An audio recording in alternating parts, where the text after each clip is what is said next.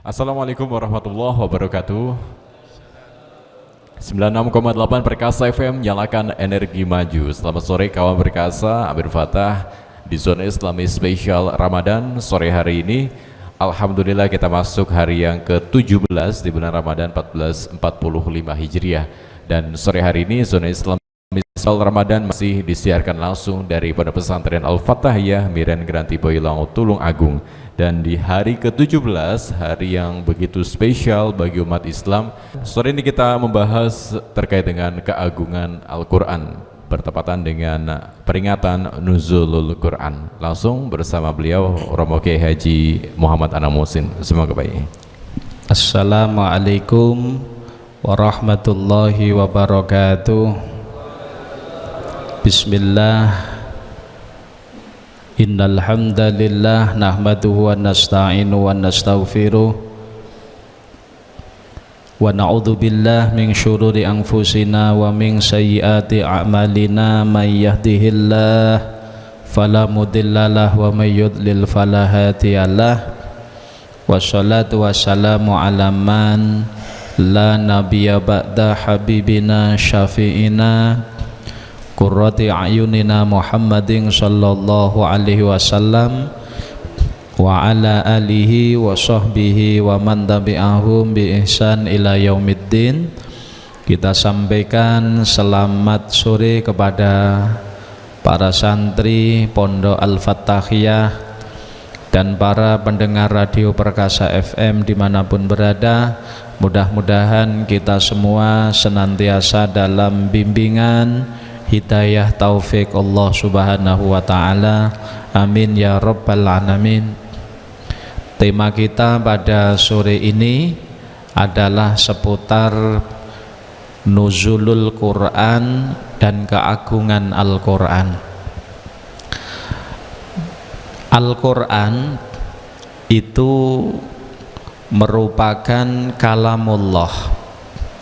Al-Quran merupakan kalamullah, firman atau dawuh Allah subhanahu wa ta'ala. Dan di dalam proses turunnya Al-Quran ini sampai kepada Kanjeng Nabi Muhammad sallallahu alaihi wasallam ini ada beberapa tahapan. Yang pertama, kita harus tahu dulu tentang proses-proses atau tahapan-tahapan turunnya Al-Quran. Karena di setiap malam 17 Ramadan diperingati sebagai hari Nuzulul Quran, malam Nuzulul Quran. Harus kita ketahui bahwa Al-Quran itu yang pertama kali dari Allah subhanahu wa ta'ala, karena memang Al-Quran itu merupakan kalamullah. Lalu setelah dari Allah, Al-Quran itu diturunkan ke Lauhil Mahfud. Diturunkan ke Lauhil Mahfud ini tidak ada yang tahu kapan.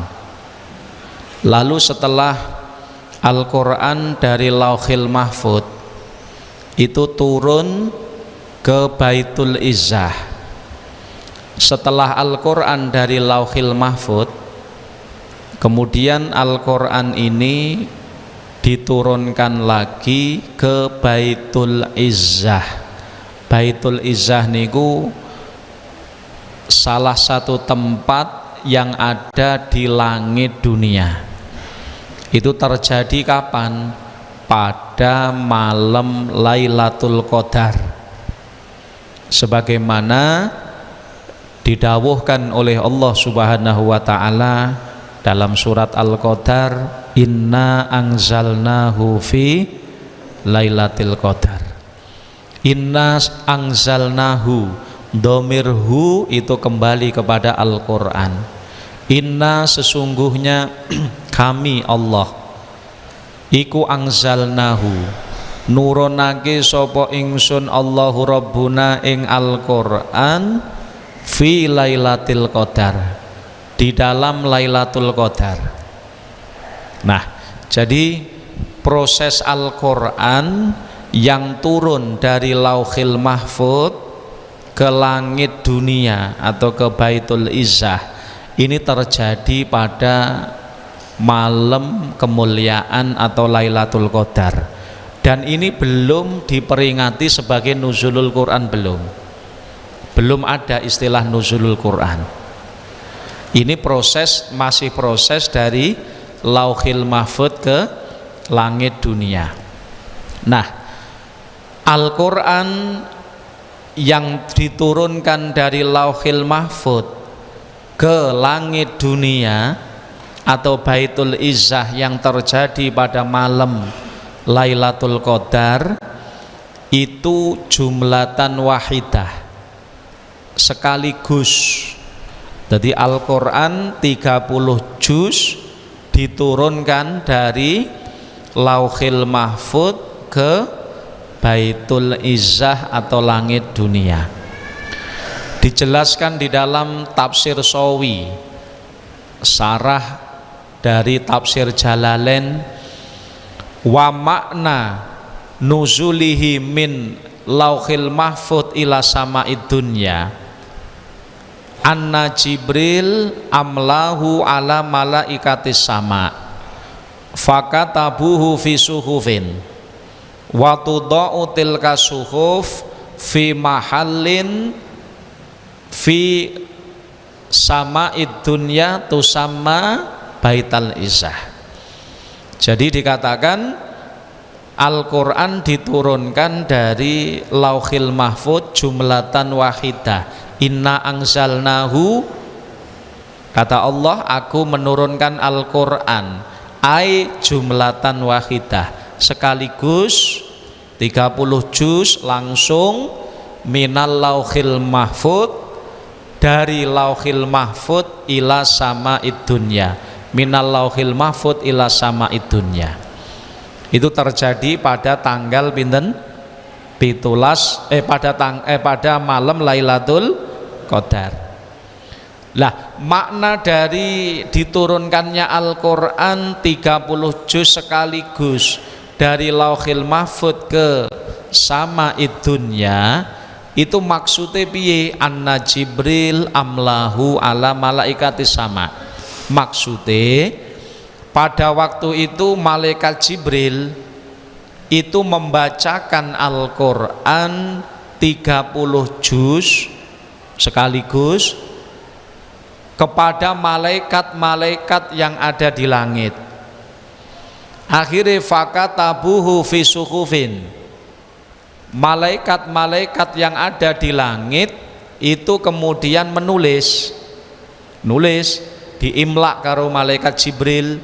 Malaikat Jibril sing macake Quran mulai pertama sampai terakhir, lalu fakatabuhu fi suhufin, malaikat-malaikat yang ada di langit kemudian nulis Al-Quran yang dibacakan malaikat Jibril, lalu watudau tilka suhuf fi mahallin min sama'id dunya tusamma Baitul Izzah. Lalu tulisane malaikat-malaikat langit setelah selesai itu kemudian disimpan di sebuah tempat yang ada di langit dunia yang disebut dengan nama Baitul Izzah. Jadi Baitul Izzah niku salah satu tempat yang ada di langit dunia. Nah, yang menjadi tempat Al-Quran setelah dari Lauhil Mahfud. Jadi ini proses, ini terjadi kapan? Fi Lailatul Qadar, pada malam Lailatul Qadar. Ini tidak pernah dijelaskan tanggal piro, malam piro, tidak ada. Ini proses turunnya Al-Quran dari Lauhil Mahfud ke langit dunia. Dan ini juga belum disebut nuzulul Quran, belum disebut istilah orang sekarang sebagai nuzulul Quran dereng, karena ini proses dari Lauhil Mahfud ke langit dunia. Nah, kemudian setelah Al-Quran berada di Sama'id Dunya, berada di Baitul Izzah atau Sama'id Dunya, maka kemudian Al-Quran ini diturunkan kepada Kanjeng Nabi Muhammad Sallallahu Alaihi Wasallam secara berangsur-angsur dalam tempo waktu sekitar 23 tahun. Jadi Al-Quran yang sudah berada di Sama'id Dunya atau Baitul Izzah ini kemudian diturunkan kepada Kanjeng Nabi Muhammad Sallallahu Alaihi Wasallam berangsur-angsur, berangsur-angsur, yang mana ditempuh dalam waktu kurang lebih 23 tahun. Nah, Al-Quran yang pertama diturunkan kepada Nabi, ayat yang diturunkan kepada Nabi yang pertama dari Baitul Izzah kepada Nabi, yaitu surat Al-Alaq ayat 1 ngantos gangsal, ayat 1 sampai 5 ini yang diturunkan pertama kali kepada Nabi Muhammad Sallallahu Alaihi Wasallam, dan ini ketika Kanjeng Nabi berada di Gua Hira. Ketika Kanjeng Nabi berada di Gua Hira, lalu datang hatif, yaitu suara tanpa rupa, dan ternyata itu adalah malaikat Jibril alaihis salam. Malaikat Jibril datang kepada Kanjeng Nabi. Malaikat Jibril datang kepada Kanjeng Nabi Muhammad SAW membawa Al-Quran ini. Al-Quran dari Baitul Izzah kepada Nabi pertama kali adalah surat Al-Alaq. Apal suratnya? Suratnya napa? Ayatnya napa? Iqra bismi rabbikal ladzi khalaq khalaqal insana min alaq iqra wa rabbukal akramul ladzi 'allama bil qalam 'allamal insana ma lam ya'lam.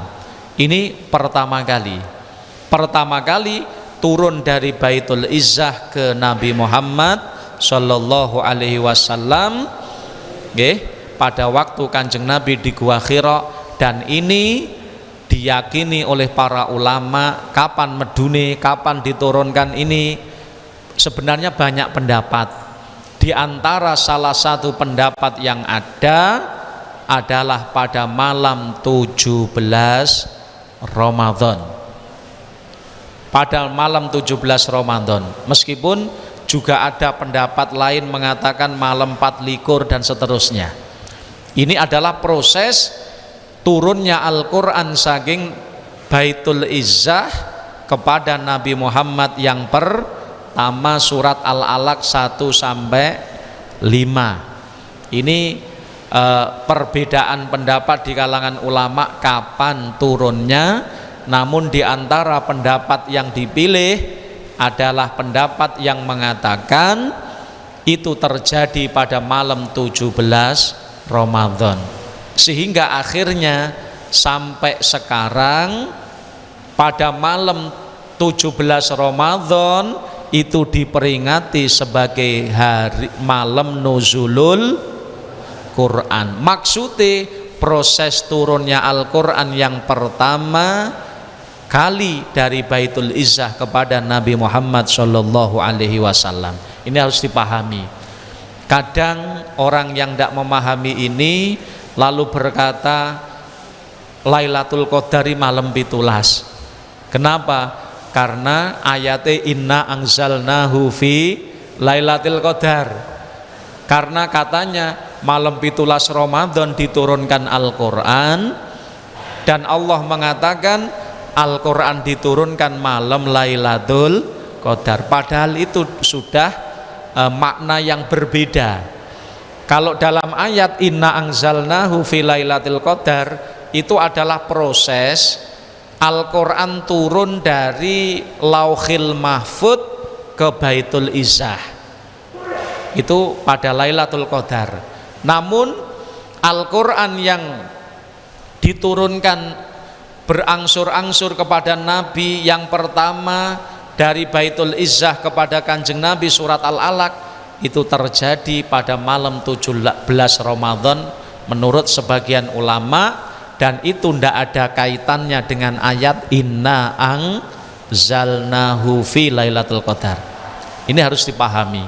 Nah, kemudian setelah Al-Quran ini malam 17 diturunkan kepada Nabi, yang pertama kali turun surat Al-Alaq, di mana malaikat Jibril itu datang kepada Kanjeng Nabi pada waktu Kanjeng Nabi munajat di Gua Hira.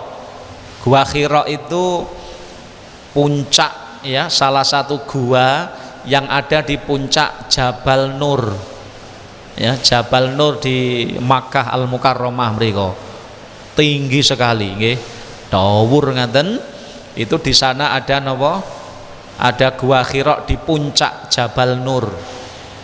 Nah, Kanjeng Nabi pada waktu menerima perintah atau Al-Quran surat Al-Alaq 1 sampai 5 tersebut, Nabi Muhammad sedang berada atau munajat di Gua Hira, yang mana malaikat Jibril datang kepada Kanjeng Nabi suara tanpa rupa, hatif. Lalu malaikat Jibril berkata kepada Nabi, ya Muhammad, Iqra, wahai Nabi Muhammad, bacalah. Jenengan waos Kanjeng Nabi. Kanjeng Nabi bingung, sopo sing ngomong, siapa ini yang berbicara. Kanjeng Nabi menggigil itu, wong ndak ada orang tapi kok ada Iqra, wahai Nabi Muhammad, bacalah. Kemudian Kanjeng Nabi menjawab suara tanpa rupa tersebut, ma'ana biqori'in, maaf kula mboten saged maca. Lalu suara tanpa rupa berkata lagi, Iqra, bacalah Nabi Muhammad, ma'ana biqori'in, sepuntene kula mboten saged maca.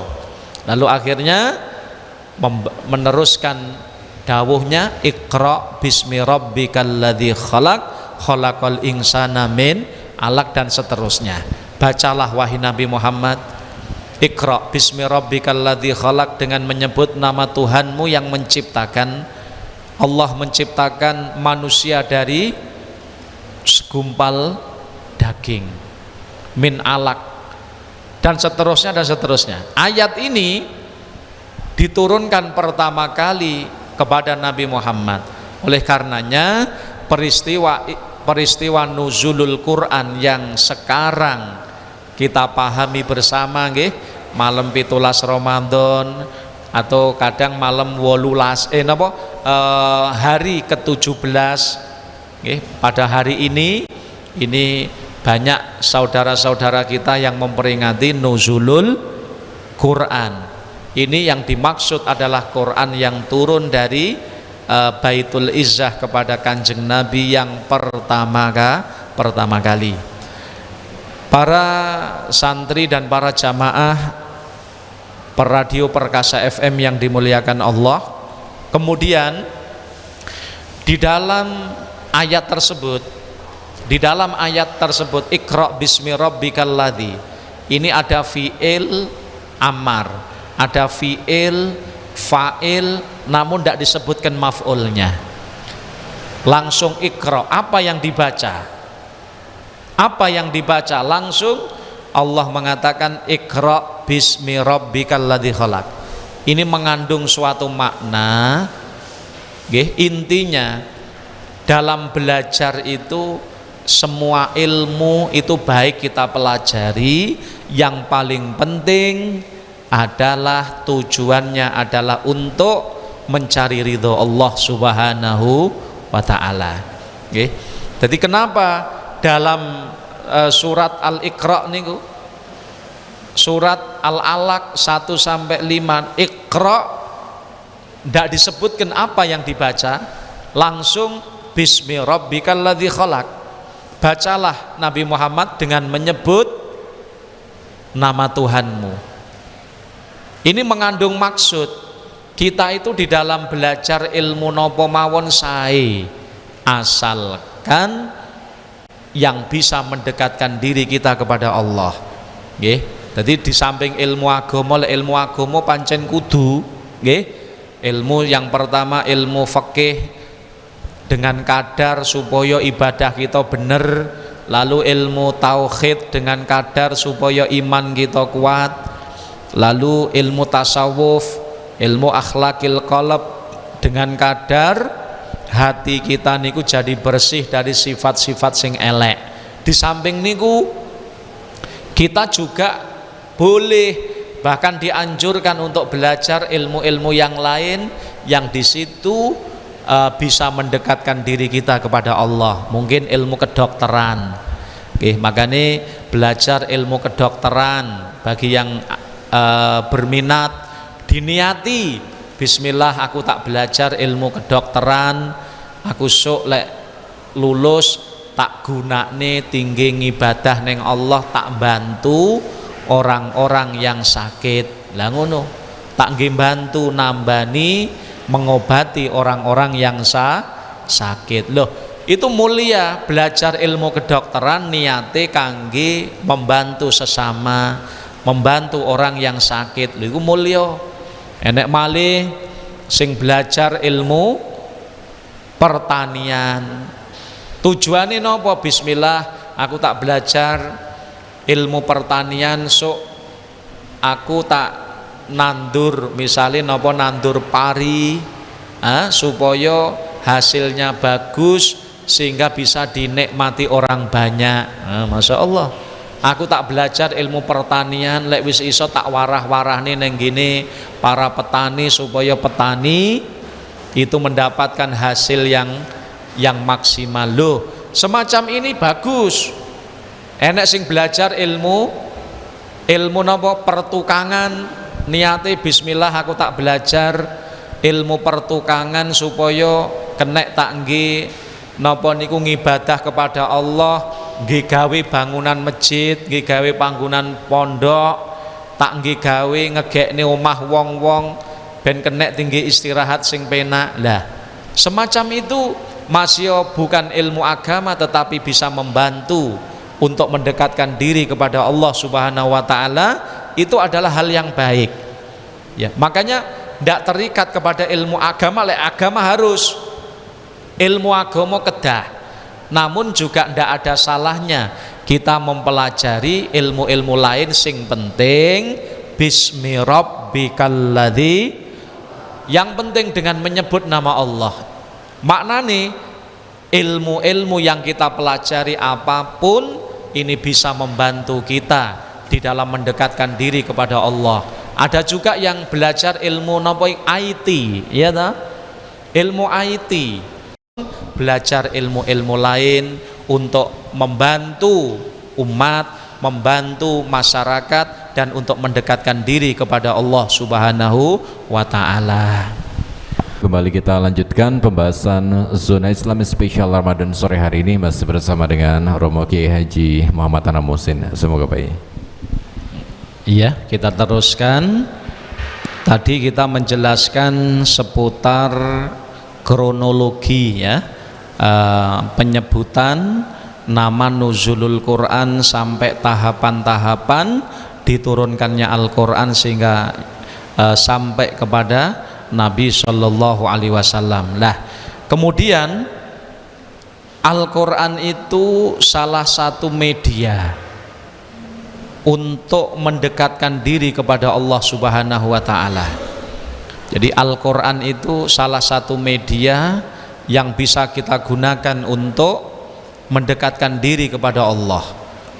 Bahkan Sayyid Bakri beliau mengatakan tilawatul Qur'anil azim min afdalil ibadah wa a'dhamil qurbat wa ajalil ibadat wa fiha ajrun azim wa sawabun jazil.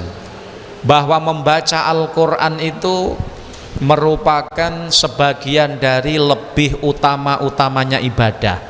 Jadi ibadah niku kathah sanget bentuke, di antara golongan ibadah yang agung adalah membaca Al-Quran. Juga membaca Al-Quran ini a'zamul qurbat. Jadi ibadah untuk mendekatkan diri kepada Allah yang masuk dalam kategori yang agung.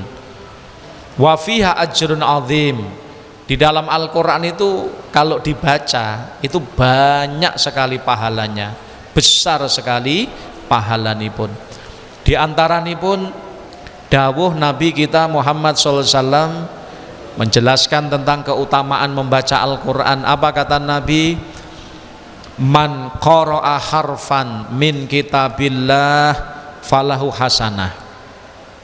Barang siapa yang membaca satu huruf dari Al-Qur'an, falahu hasanah, maka dia dapat satu kebaikan. Wal hasanatu bi asyri amthaliha. Satu kebaikan niki dipingne 10. Artine nopo? Pahala membaca Al-Qur'an itu satu huruf diberi pahala 10 kebaikan. Wala aqulu alif lam mim harfun, kata Nabi, aku tidak mengatakan alif lam mim itu satu huruf boten, tapi walakin alifun harfun, walamun harfun, wa mimun harfun. Tapi alif sak huruf, lam sak huruf, mim sak huruf. Maknanya kalau kita membaca Al-Qur'an semisal alif lam mim, maka kita akan mendapatkan 30 kebaikan. Kenapa? Alif lam mim niku 3 huruf, alif sak huruf, lam sak huruf, mim sak huruf. Setiap huruf dari Al-Qur'an Allah memberi pahala pinten? 10 kebaikan. Ini coba kita bayang nih. Kalau dalam satu hari kita membaca sak lembar mawon, satu lembar kita baca, niku sudah berapa huruf? Lalu kita kalikan 10, karena setiap huruf 10 kebaikan. Pun pinten pahalane dhewe. Dan kalau kita baca di bulan suci Ramadan terus piro? Dipingne 70 malih. Kemuliaane Ramadan. Makanipun luar biasa. Jadi wong ibadah golek ganjaran sing kathah ganjaranipun adalah diantarane membaca Al-Qur'an. Membaca Al-Qur'an. Mula awake dhewe niki aja sampai gutang di dalam membaca Al-Qur'an. Usahakan untuk istiqomah. Nggih, istiqomah bisa 1 hari 1 juz atau 1 hari setengah juz, 1 hari 1 surat, atau 1 hari sak lembar, atau 1 hari 1 halaman. Lalek kepeksa tenan, repot tenan, wis ora-orane paling minim 1 hari 1 ayat. Syekh Ibnu Athaillah dawuh nih, Iqra minal Qur'an kulla yaumin walau ayatan hatta yaktubakallah fi diwanil qari'in. Kata Syekh Ibnu Athaillah Sakandari, bacalah Al-Qur'an setiap hari meskipun 1 ayat. Tujuannya nopo? Supaya Gusti Allah Ta'ala niki mencatat nama kita, menulis nama kita di buku catetane wong-wong sing ahli maca Quran. Makanya usahakan untuk istiqomah baca Quran, pahalanya gede banget ngoten niki wau. Lalu juga Nabi SAW mengatakan Iqra'ul Quran, bacalah Al-Quran, kata Nabi. Fa innahu ya'ti yaumal qiyamah syafi'an li ashabi. Membaca Al-Quran niku nggih, kata Rasulullah, karena Al-Quran yang dibaca akan memberi syafaat. Apa syafaat itu? Pertolongan kepada para sahabat-sahabatnya, para pembaca-pembaca nih. Nek kepingin awake dhewe oleh syafaate Quran, maka Al-Quran dibaca. Lek ora iso sedina khatam ya sedina sak juz. Nek ora iso sedina sak juz ya mungkin sedina seprapat juz. Ra iso seprapat juz mungkin sedina mung sak lembar, atau bahkan 1 hari 1 halaman. Nggih, sing paling minim sak dina sak ayat, iku paling ora. Artine jangan pernah kita tidak membaca Al-Quran dengan alasan repot. Lek repot tenan to, mosok saayat mawon awake dhewe ora sempat. Nggih. Supaya nopo? Awake dhewe oleh barokah Quran, supaya nama kita ditulis di buku catatane wong-wong sing ahli Quran, lan benjing wonten akhirat kita dapat syafaat Al-Quran. Niki keutamaane baca Al-Quran. Di samping itu Al-Quran itu akan bisa memberikan hati niku tenang, menjadi sebab hati niku tenang, hati tentrem. Itu diantaranya membaca Quran dalani. Nabi SAW mengatakan, inna hadhil qulub tasda'u kama yasda'ul hadid. Nabi SAW mengatakan bahwa hati kita ini juga bisa berkarat, iso nayeng koyok nayengi wesi, kata Nabi. Hati manusia niku iso nayeng koyok nayengi wesi. Ketika mendengar dawuh Nabi ini, para sahabat tanglet qalu wa majilauha ya Rasulullah, apa yang bisa membuat hati bersih mengkilat kembali wahai Nabi? Nabi SAW mengatakan qiraatul Quran wa dzikrul maut. Pertama adalah membaca Al-Quran, yang kedua mengingat kematian. Jadi membaca Al-Quran itu bisa membersihkan hati kita. Jadi hati niku iso nayeng kaya motor niku lho, kaya sepeda niku wesi niku asline saka pabrik niku resik, ora enek tayengi. Tapi lama kelamaan lek mboten diresiki wesi niku ya nayeng. Lah hati manusia juga begitu, asale resik. Kullu mauludin yuladu alal fitrah. Namun lama kelamaan hati ini juga iso nayeng, dengan nayengi maksiat dan seterusnya. Iso nayeng hati niki. Lah ketika hati niku nayeng, berkarat, maka yang terjadi nopo? Wong niku pikirane sumpek, gelisah. Ini kenapa? Karena hati nena nayeng, ndak ada ketenangan. Nggih, ketentreman mboten enten, resah, gelisah, bingung. Ngoten. Ini pengaruh daripada hati yang berkarat, hati sing kotor. Maka supaya hati ini kembali jernih, kata Nabi SAW, dalane nopo? Di antarane qiraatul Quran wa dzikrul maut. Dua jalannya. Pertama adalah membaca Al-Quran. Sing nomor loro eling pati. Ini membaca Al-Quran. Niki keutamaannya orang yang membaca Al-Quran. Jadi hatinya akan jernih, hatinya akan tenang, gitu. Hatinya akan bahagia. Di samping itu, orang mukmin yang mau membaca Al-Quran ini Allah memuliakannya, baunya wangi. Nggih. Jadi wong mukmin niku hatinya bersih, rasanya manis. Setiap mukmin rasanya manis. Tapi kalau orang mukmin ini tidak membaca Al-Quran, rasanya manis tapi ambune renek, koyok kurma niku rasanya manis tapi ambune renek, mboten enten ambune, ora semerbak ngoten. Boten. Tapi nek wong mukmin tapi rasane enak. Nah, sakniki lek enek wong mukmin gelem maca Quran, di samping rasane manis, baunya juga enak. Baunya enak. Seperti buah utrujah. Itu salah satu buah sing enak ambune. Mungkin cara sakniki duren ngono kuwi ya.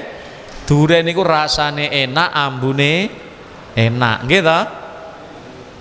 Mula Kanjeng Nabi Muhammad mengatakan, niki dawuh Kanjeng Nabi, qala Rasulullah sallam, masalul mu'min alladzi yaqra'ul Qur'an kamasalil utrujah.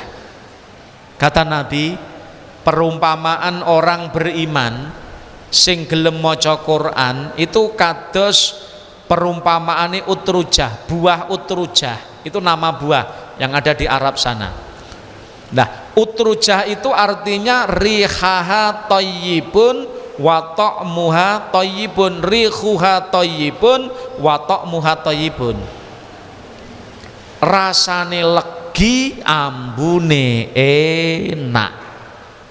Makanya lek sampean wong mukmin, awake dhewe wong mukmin nggih, kalau kepengin ambune awake dhewe niku harum, baca Al-Quran. Jadi perumpamaane wong mukmin, wong sing duweni iman, sing gelem maca Quran, kata Nabi itu kamasalil utrujah, koyok dene buah utrujah.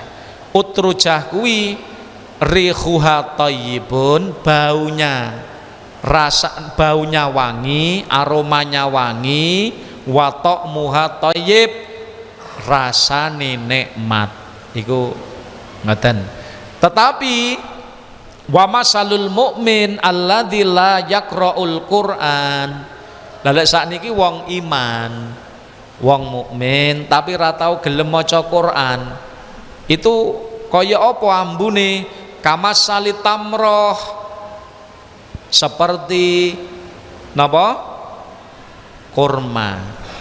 Kurma niku lari halaha wa ta'muha halbun. Kurma kuwi ambune ndek enek, ora enek kurma wangi ndek enek. Kurma itu ndak berbau wangi, gitu. Beda lek duren. Duren ngono duwe sitok ngono sak omah mambu kabeh. Tapi nek kurma mboten, gitu. Kurma niku rasanya manis tapi tidak punya bau, ndak punya bau yang wangi. Beda karo duren, utrujah itu rasane manis, baunya juga manis. Kata Nabi Muhammad SAW, lek awake dhewe gelem maca Quran, wong iman gelem maca Quran, niku rasanya nikmat, lezat, ambune wangi. Ambune wangi. Itu di hadapan Allah Subhanahu wa taala itu akan jadi orang yang mulia. Nggih. Ini beberapa keutamaan tentang orang yang mau membaca Al-Qur'an. Dan yang harus dipahami, membaca Al-Qur'an ini merupakan amalane para wali. Jadi para wali ini Gusti Allah niku amalane ya maca Quran. Makanya ngantos Imam Ahmad bin Hambal niku nate roh Allah fil manam. Imam Ahmad bin Hambal nate ngipi bertemu dengan Allah, bermimpi bertemu Allah dalam mimpi. Tapi ya, kita harus ingat, menurut ahli sunnah wal jamaah, mimpi bertemu Allah itu hal yang jaiz, hal yang jaiz. Tapi kalau melihat Allah secara langsung tidak akan mungkin, kecuali baginda Nabi SAW ketika Isra Mi'raj. Lah enek wong sak liyane Kanjeng Nabi kok ngaku roh pangeran, iku wong stres. Lah neng dunya lho ya. Beda dengan di akhirat. Kalau di akhirat orang yang ahli surga itu akan bisa melihat Allah Ta'ala, bisa memandang zatnya Allah, sebagaimana ayat lilladzina ahsanul husna wa ziyadah. Orang-orang yang baik amalnya nggih neng dunya akan diberi al-husna. Makna al-husna adalah surga, wa ziyadah ru'yatullah, yaitu melihat Allah. Nah, para wali-wali ini Gusti Allah termasuk Imam Ahmad bin Hambal niki nate ngipi petuk karo Gusti Allah tis'ah wa tis'ina marrah, 99. Lalu beliau azem nek aku petuk malih ngimpi ketemu Allah malih aku akan takok ning Gusti Allah. Kula badhe nyuwun pirsa ning Allah. Saestu ngimpi yang ke-100 kali. Akhirnya Imam Ahmad bin Hambal bertanya kepada Allah ketika mimpi yang 100 niki wau, ya Rob, bi ayyi syai'in yataqarrab ilaikal muqarrabun. Wahai Allah, dengan amalan nopo wali-wali penjenengan nyedek datang penjenengan? Qala Allah Ta'ala bikiraati kalami ya Ahmad, dengan membaca kalamku wahai Ahmad, membaca Al-Quran. Imam Ahmad bin Hambal takok malih, bifahmin ambi ghairi fahmin ya Rob, wali-wali penjenengan nyedek datang penjenengan dengan membaca Quran ini disertai memahami atau sekedar baca ya Allah? Kata Allah Ta'ala, qala Allah Ta'ala bifahmin ambi ghairi fahmin, baik paham utawa ora. Makanya membaca Al-Quran iku senajan ora paham artine oleh ganjaran, ora paham artine wae oleh ganjaran, nopo malih lek paham maka akan semakin besar pahalanya di sisi Allah Subhanahu wa Ta'ala. Mugi-mugi mudah-mudahan Allah jadikan kita orang-orang yang mendapatkan kemuliaan Al-Quran, mendapat syafaat Al-Quran. Amin ya rabbal alamin. Amin amin ya rabbal alamin. Sebelum kita akhiri Zona Islami sore hari ini, terlebih dahulu disampaikan kesimpulan singkat dan juga nanti penutup doa bersama Romo Kiai Muhammad Anam Muhsin. Semoga baik. Kesimpulan apa yang kita diskusikan, kaji di sore ini, yang pertama, Al-Quran itu kalamullah, ya, kalamullah. Kemudian sampai kepada Kanjeng Nabi ini prosesnya, tahapannya ngoten. Pertama dari Allah diletakkan di Lauhil Mahfud. Setelah dari Lauhil Mahfud diturunkan ke Baitul Izzah pada Lailatul Qadar. Lalu setelah itu, setelah dari Baitul Izzah, Al-Quran diturunkan kepada Nabi Muhammad secara berangsur-angsur dalam waktu kurang lebih 23 tahun.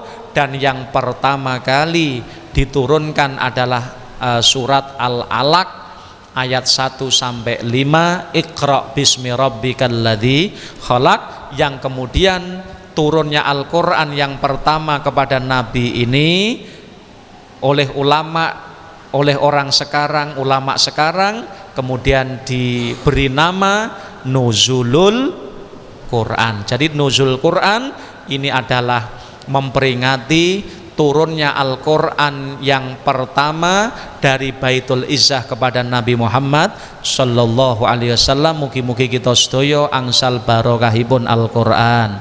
Semoga keluarga kita oleh barokah Quran, semua saudara-saudara kita dapat barokahnya Al-Quran, besok di akhirat mendapatkan syafaat Al-Quran. Amin ya rabbal.